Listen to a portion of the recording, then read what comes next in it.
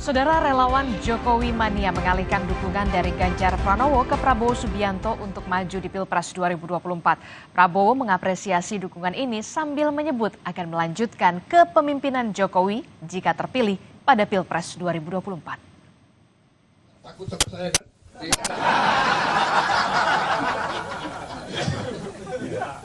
Apa tadi? Mukanya muka kudeta.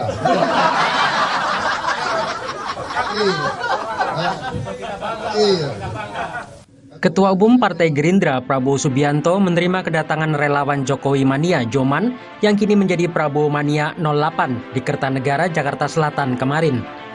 Prabowo mengapresiasi dukungan relawan Jokowi yang menginginkan maju di Pilpres 2024.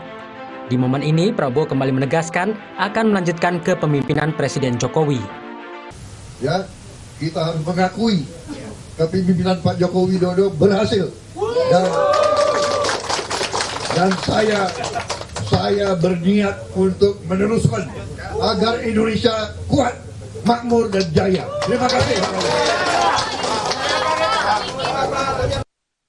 Ketua Umum Jokowi Mania Immanuel Ebenezer mengaku sempat berseberangan dengan Prabowo di Pilpres 2019.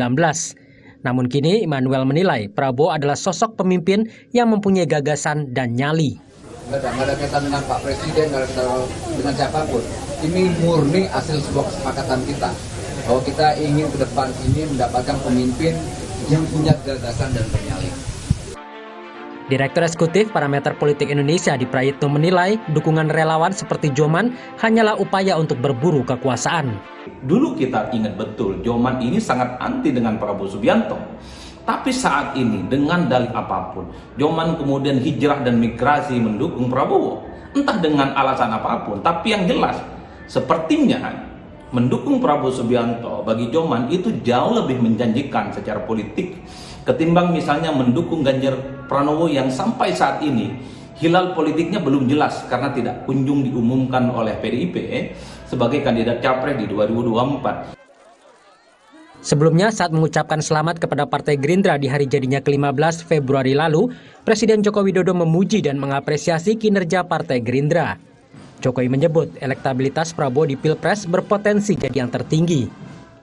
Prabowo pun memuji kepemimpinan Jokowi yang berani mengambil keputusan. Saya juga ingin menyampaikan selamat atas prestasi Partai Gerindra yang luar biasa, dan jika kerja keras dan didongkrak terus, Partai Gerindra potensial menjadi yang teratas, dan elektabilitas Pak Prabowo juga potensial menjadi yang tertinggi.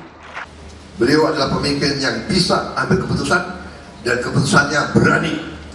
Kadang-kadang melawan tekanan-tekanan dari mana-mana. Ini harus kita akui. Dan saya minta kader Partai Gerindra mengerti itu. Bukan saya mengolor atau saya menjilat, tidak. Saya hanya mau mengatakan yang benar-benar.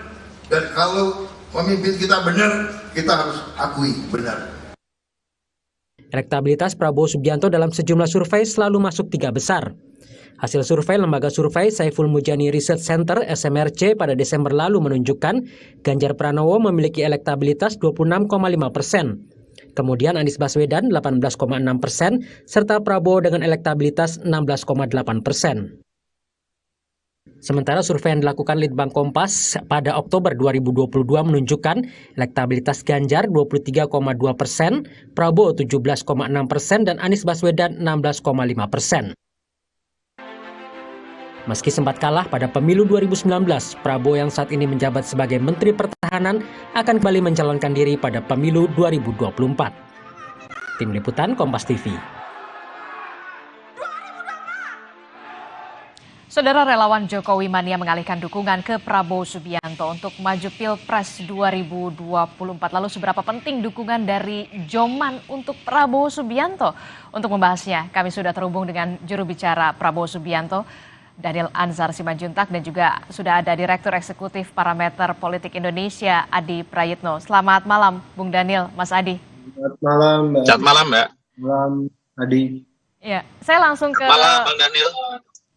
Ya, saya langsung ke Bung Daniel dulu deh. Bung Daniel, ini kan kita tahu Joman ini sempat berseberangan di Pilpres 2019 ya dengan Pak Prabowo. Respon Pak Prabowo setelah Joman mendukung Pak Prabowo Subianto seperti apa? Ya, Disti, ini membuktikan bahwasannya Pak Prabowo adalah orang yang di politik itu tidak pernah, ungkapan Pak Prabowo itu selalu there is no room for personal feeling di politik. Artinya tidak ada ruang untuk perasaan pribadi, dendam, benci di politik. Politik itu adalah arena adu gagasan, politik itu adalah arena pertarungan ide dan sebagainya. Dan kalau kemudian ada yang berbeda, itu adalah hal yang biasa. Kalau ada yang kemudian agak benci begitu, itu adalah hal yang biasa. Dan Pak Prabowo tidak pernah baper, kalau bahasa anak muda sekarang. Pak Prabowo tidak pernah merawat benci, merawat dendam. Dan hari ini sikap itu agaknya menular ke banyak pihak, termasuk kepada Joman. Emmanuel adalah salah satu tokoh yang di pemilu 2019 sering berseberangan dengan kami, dengan saya di banyak forum-forum debat, baik di TV maupun di forum-forum offline lainnya.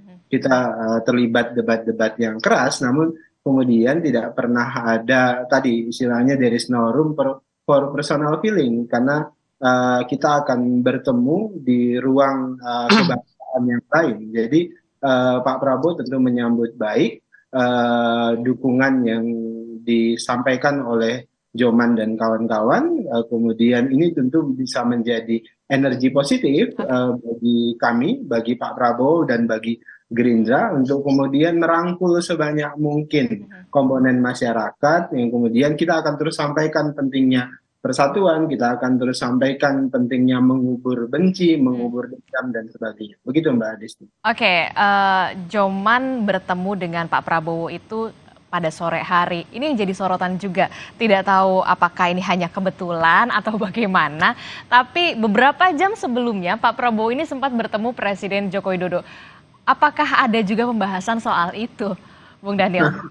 Itu kebetulan saja seperti tadi Anda sebutkan. Jadi kebetulan Pak Presiden memanggil Pak Prabowo sebagai Menteri Pertahanan pada siang harinya, jam 2 pada saat itu, kemudian bicara terkait dengan tugas-tugas pertahanan. Kebetulan Pak Prabowo baru kembali dari pertemuan 2+2 di Canberra, di Australia, bicara tentang geopolitik dan geostrategis. Kemudian hal itu dilaporkan juga oleh Pak Prabowo kepada Presiden terkait dengan tugas-tugas beliau di Kementerian Pertahanan. Jadi kebetulan kemudian juga tentu Pak Prabowo melaporkan masalah-masalah kebangsaan lainnya.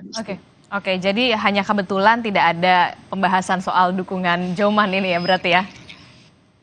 Betul. Jadi secara spesifik saya pikir Joman atau relawan-relawan Pak Jokowi pada 2019 yang lainnya tentu mereka punya sikap, mereka juga melihat track record Pak Prabowo selama ini, kemudian kerjasama Pak Prabowo dengan Pak Jokowi sebagai presiden selama ini baik, dan komitmen loyalitas Pak Prabowo terhadap bangsa dan negara, terhadap presiden itu sudah teruji. Agaknya kemudian pendukung Pak Jokowi termasuk Jokomania melihat ini sebagai nilai tambah di mana program-program kepemimpinan Pak Jokowi pada hari ini itu bisa dilanjutkan, bisa lebih baik dan seterusnya. Oke, tadi juga kan Bung Daniel menyebut bahwa Pak Prabowo akan melanjutkan kepemimpinan. Sebenarnya yang dilanjutkan yang mana nih? Tentu banyak legasi yang ditinggalkan oleh Pak Jokowi yang perlu kita apresiasi dan perlu dilanjutkan. Nah, banyak hal, baik itu di sektor ekonomi, baik itu di sektor pertahanan seperti yang dilakukan oleh Pak Prabowo pada saat ini, di sektor-sektor yang lainnya. Nah, banyak hal yang perlu dilanjutkan dan dijaga kesinambungannya. Tentu tidak dinafikan ada yang perlu diperbaiki, dan tentu Pak Prabowo paham betul karena sudah beberapa waktu ini berkecimpung pemerintahan dan tahu betul mana yang perlu diperbaiki, mana yang perlu dilanjutkan. Oke, saya ke Mas Adi. Mas Adi, tadi dalam paket sebelumnya Anda sempat menyebut berburu kekuasaan. Apakah dengan mendukungnya Jokowi Mania atau Prabowo Mania yang sudah berganti nama begitu, apakah ini salah satu bisa dikatakan berburu kekuasaan kalau dari kacamata Mas Adi sendiri? Ya, saya kira saya ingin komentar dua hal. Pertama, kenapa saya sebut para relawan-relawan politik itu ada kesan berburu kekuasaan? Karena kalau kita merasa relawan politik itu secara normatif adalah bagian dari gerakan partisipasi politik rakyat, di mana ada asumsi-asumsi relawan ini kan menyuarakan suara-suara dari bawah yang selalu dikonotasikan berhadapan-hadapan dengan elit-elit dan oligarki partai. Kan itu yang muncul. Nah, belakangan ini relawan politik itu menjadi sebuah industri. Artinya gagasan-gagasan yang mereka usung dititipkan kepada calon presiden yang mereka usung di Pilpres itu tentu saja bukan dengan cek kosong, tapi ada feedback dan imbal balik yang mereka dapatkan. Kita bisa cek relawan-relawan yang berkontribusi terkait dengan kemenangan Jokowi misalnya di Pilpres 2014, 2019 adalah orang-orang yang ya kita lihat sampai saat ini juga ikut menikmati kekuasaan politik.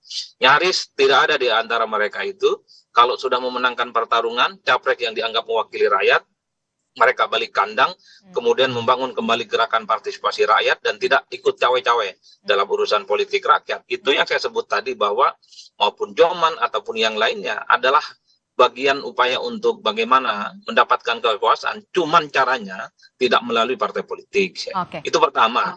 Yang kedua, saya membaca relawan Jokowi ini sangat sederhana aja. Merah kata Jokowi, putih kata Jokowi, merah pula, putih pula kata relawan. Itu adalah mazhab politik dari relawan Jokowi. Kalau Bang Dhanil menyatakan bahwa pertemuan Presiden Jokowi dengan Prabowo setelah itu tidak lama ketemu dengan Joman adalah hal kebetulan, justru saya sebaliknya.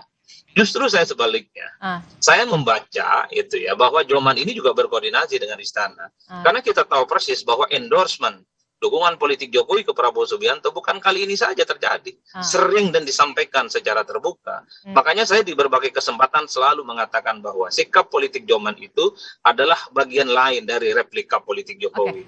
Jadi secara tidak langsung sebenarnya Jokowi ingin menegaskan dukungannya kepada Prabowo Subianto untuk maju di Pilpres di 2024 yang akan datang. Jadi ini sudah menjadi rahasia umum sebenarnya. Perlu lagi ditutup-tutupi. Oke, jadi maksud Anda kemudian dukungan Joman ini juga merepresentasikan Joko Widodo? Pastinya, karena Joman ini sampai saat ini belum menyatakan talak ataupun bubar dengan Jokowi. Makanya relawan itu kan mazhabnya tadi. Merah kata Jokowi, merah pula kata relawan. Putih kata Jokowi, putih pula kata relawan. Termasuk Joman, saya kira pasti ada koordinasi politik ya. Entah dengan presiden langsung atau dengan orang-orang di sekitarnya untuk memberikan dukungan secara langsung kepada Prabowo Subianto. Apalagi memang Prabowo itu sejak jadi Menhan memang track recordnya luar biasa. Totalitas dan loyalitasnya kepada Jokowi memang luar biasa. Apalagi secara deklaratif memang kita bisa melihat secara telanjang Prabowo dengan terang benderang akan melanjutkan semua hal yang sudah dilakukan oleh Jokowi. Tentu Joman dalam konteks itu merasa berkepentingan untuk memberikan dukungan kepada siapapun yang merasa akan melanjutkan semua program politik yang sudah ditinggalkan oleh Pak Jokowi secara langsung. Joman ini nggak mungkin akan pindah kepada mereka yang jelas-jelas disebut sebagai antitesa, yang jelas-jelas akan berseberangan dengan Jokowi di 2024 yang akan datang. Jadi ini adalah bagaimana Jokowi sebenarnya ingin memberikan dukungan dan harapan kepada orang-orang di sekitarnya untuk terus semangat mengonsolidasikan dukungan untuk maju Pilpres di 2024 yang akan datang. Karena kita tahu PDIP tentu saja sampai saat ini masih belum mengumumkan siapa capresnya.